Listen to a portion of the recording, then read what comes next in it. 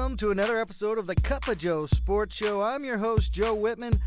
Welcome back. It's been about a week or so since my last episode. I apologize dearly. I was on spring break in the lovely city of Seattle, and I must say, for the 4 days I was there, 65 and sunny. 4 days in a row.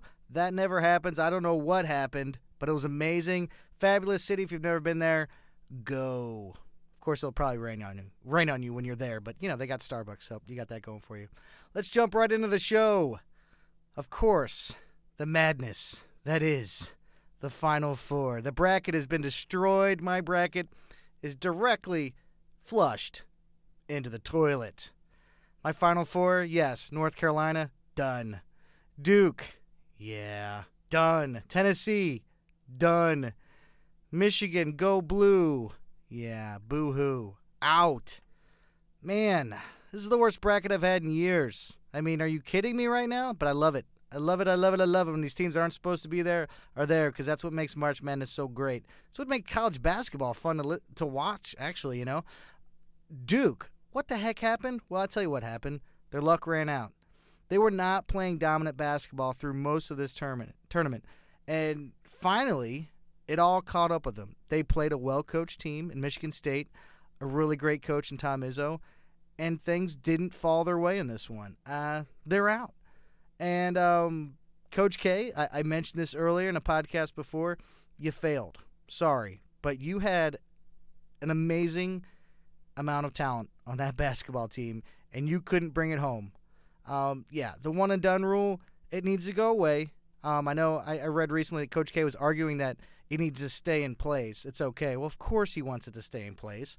He wants to get 5-star recruits so he can just reload and have the same team next year, just different McDonald All-Americans lining up for him. But, failed.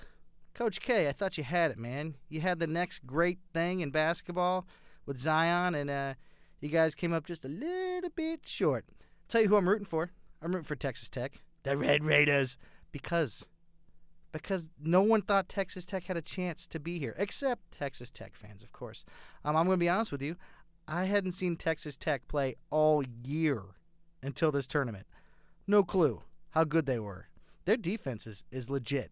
I mean, they are all over you all the time, making stops, causing pressure, and making you play uncomfortable basketball, which is why they're where they're at. Michigan State, solid program. They always are.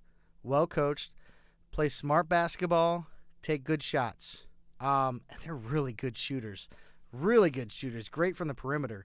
I'm rooting for Texas Tech in this one, but I have a feeling Izzo's going to pull it out, come out of the fire, take that win. Now, of course, based on my previous bracket that has been flushed, whatever I say, it'll probably be the opposite. So, look for Texas Tech to win all the way. The other side, I'm rooting for Virginia. And I'm rooting for Virginia to win this whole dang thing because it's the perfect Disney movie, okay?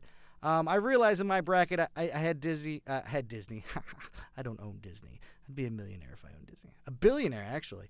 I realized I had Virginia losing to Tennessee. Well, we all know that didn't happen. But how can you not root for Virginia at this point?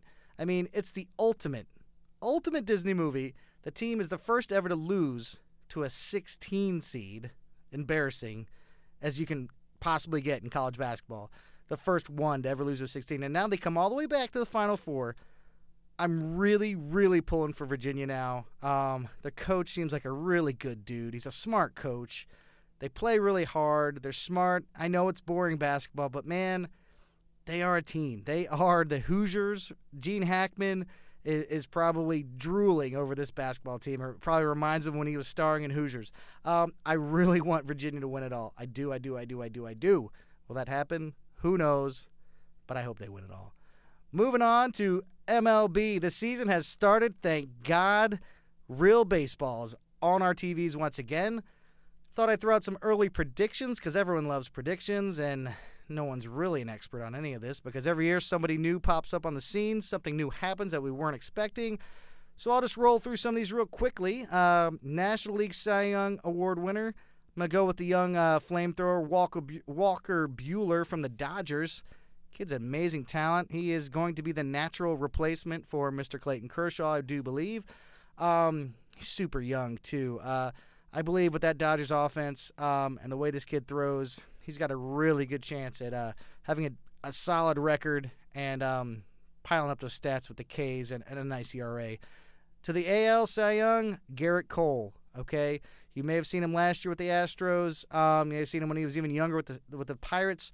This guy throws gas. He's got great pitch control. He knows how to pitch, and when you have the Astros to back you up, I like your chances on that one. NL MVP, this could be multiple players, to be honest. Christian Yelich was the first person that came to my mind. You could go with Machado's in there as well. Possibly, Bellinger or someone else like that. I went with Paul Goldschmidt. As much as I dislike the Cardinals, I am not a Cardinals fan. Paul Goldschmidt's a heck of a good baseball player. He's off to a good start already. The guy can flat out hit. And I'm a big believer that MVP should have nothing to do with how well your team finishes. So I don't know if the Cardinals will make the playoffs or not this year. I don't believe their pitching is all that great, but I do know that Paul Goldschmidt will hit, and he'll hit in that park. So I'm going to give it to Goldschmidt. AL MVP, Mike Trout. Enough said. The guy just got paid the most ever. He is an amazing baseball player. I know Mookie Betts is also an amazing young player, but I'm going to say Trout takes it this year. Moving on to the NL Rookie of the Year, Fernando Tatis Jr. Yes, he got a job out of spring training.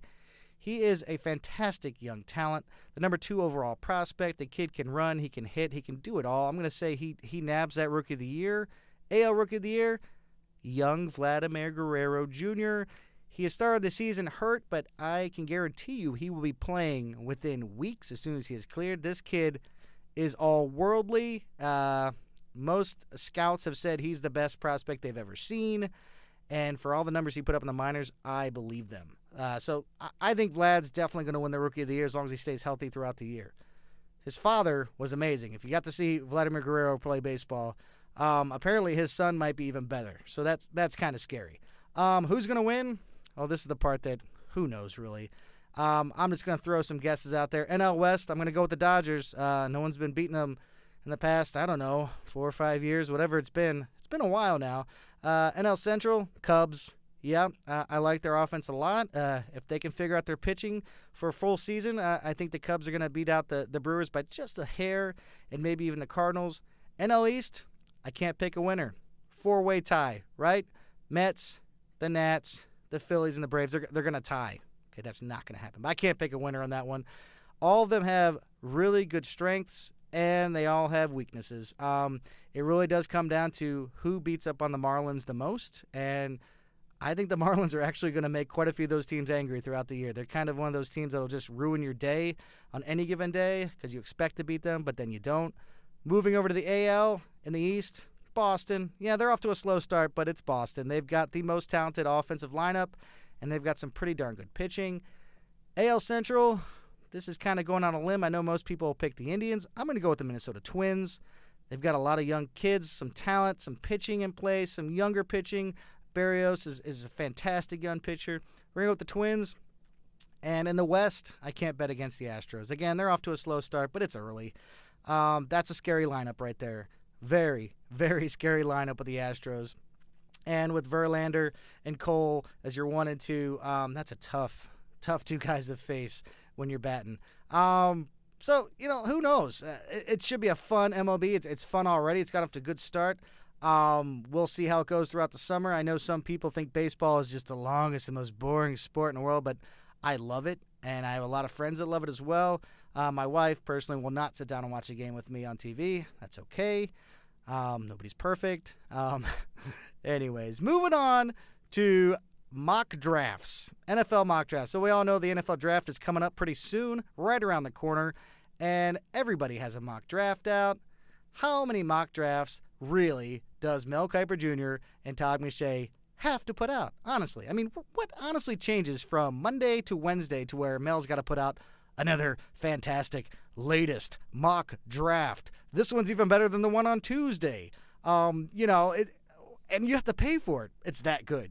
ESPN, you got to pay pay for that extra mock draft because it's going to help you really understand how good your team's going to be when they draft so-and-so over so-and-so based on some BS that the GM said. Let's be honest. There's not a GM in the world right now who's telling the truth about what direction their team is going and what player they might be picking, okay? That's not happening.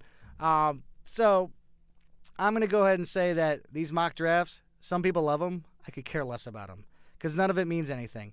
Yeah, this talent, there's definitely more defensive talent at the top of this draft, and I do believe that some teams are going to overpay for some average quarterback prospects. I say average quarterback prospects because that's what they are. That's what most scouts are saying, that this quarterback class is not nearly as good as last year's class. And that's all, who knows? That's still to be seen. I don't think Drew Lock or Daniel Jones are quarterbacks I would draft early in the first round at all. But as will happen, some team's going to overpay. They'll trade up and take one of them and be disappointed. I've seen Drew Lock play in person. Great kid. Big arm. He can throw to wide open receivers that are way down the field. However, his record against teams with winning records, so good teams that have better players, is not very good. And I'm afraid to say that when he gets to the NFL, there are a lot of good players and a lot of good teams, and it could be ugly. I hope not. I hope for his sake he really does find his way, becomes a successful NFL quarterback, but I could see that happening. Daniel Jones, same thing. He's coming from not the best program, best league in general for football. They're basing this off of how big these guys are, how big their arms are, but that doesn't always translate to NFL success. The defensive guys they're talking about is Nick Bosa, Josh Allen, Devin Bush from Michigan. These guys are beasts. They are defensive stoppers. They're the edge rushers. They're the guys that teams are looking for to make a difference on their defense. You'll see a lot of these go off the board early, I believe. I'm hoping, as a Giants fan, they do the right thing and they get Dwayne Haskins. If they can find a way to do it, he just seems like a natural fit, but who knows with the draft. I feel like I got lucky last year when they got Saquon, but anything's possible. So we'll all see soon how true these mock drafts were or were not and how crazy some teams are.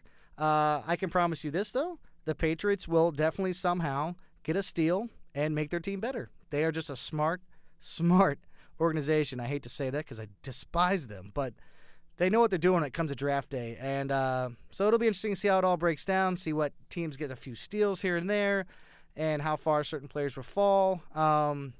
It'll be interesting draft as usual. Lastly, my most favorite segment of the show, WTF. So, I'm at a concert a few weeks ago. I'm sitting there watching the opening act, and all of a sudden, I feel this strong breeze on my left arm.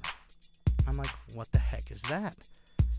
And then a second later, I feel it again. And it's a cold, strong breeze. I turn and look. The guy sitting next to me apparently is a heavy breather. Yes. And I would say that this is not normal unless you're extremely overweight or intoxicated. And I don't think he even realized he was doing it. So every couple seconds, there'd be this huge blast of cold air hitting my arm. It legitimately felt like I had my arm up against the AC vents in my car every a second and a half. I wasn't sure exactly what to do about this without telling the guy, hey, turn your face the other way and breathe on your wife. I didn't do that. So, to all the heavy breathers out there, and I'm not talking about you creepers that call people on the phone and go, I'm talking about people who just have no control over their exhale. What the f***? My shameless plug this week is Molson Canadian. It's so good. And it's Canadian. That's it. I'm out of here. See you next time.